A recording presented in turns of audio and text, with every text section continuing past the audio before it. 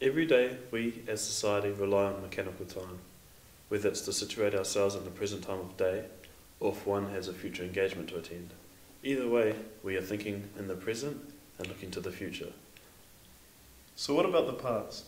Why do we look to the past? Does the past really affect us in the present? To search for the answers to these questions, we are going to explore this notion of memory in terms of sheets of the past, flashbacks, and recollection memory.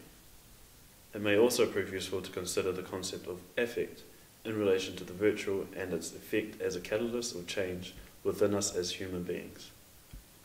Furthermore, to help enlighten our perception of the cinema in terms of memory, we will examine the film Butterfly Effect and how the film demonstrated these ideas throughout the film.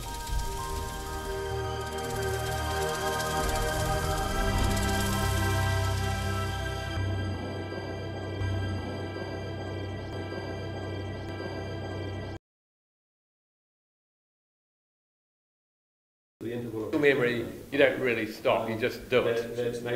Sheets of the past, yeah. Well, sheets of the past is one way of thinking about this whole process of remembering and recollection. And an example of that would be some event, say, my 58th birthday.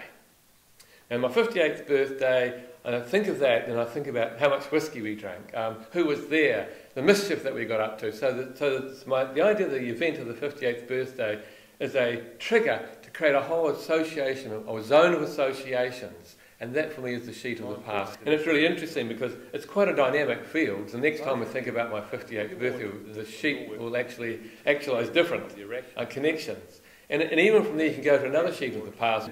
I'm talking to you, and there's these moments. It's not a stable, solid structure. It's actually like a zone that sort of moves around, makes connections, bumps up and bumps down again, and I'm talking to you, and there's these moments. Here we have a diagram that we have developed to help our understanding of Professor Yetman's theory to engage with in our own way. This line represents the present. As an example, today I saw a picture of a birthday cake.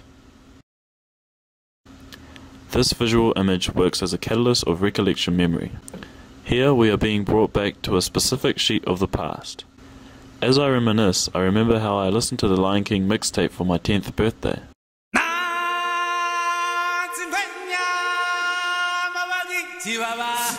This song triggers my memory from the year before of going to see the Lion King at the theatre on my favourite bike. The catalyst can constantly recall on your memory depending on the strength of impact or impression of an image's effect on the viewer.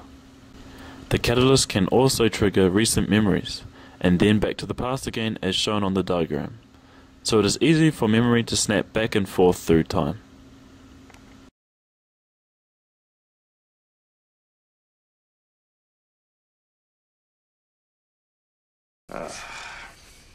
Hearing Crockett make those awful screams.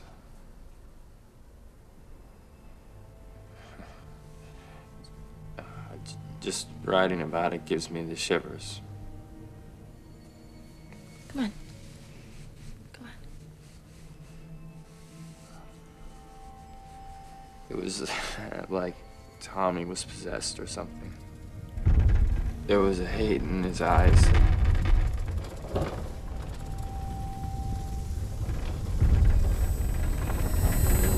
Are you okay?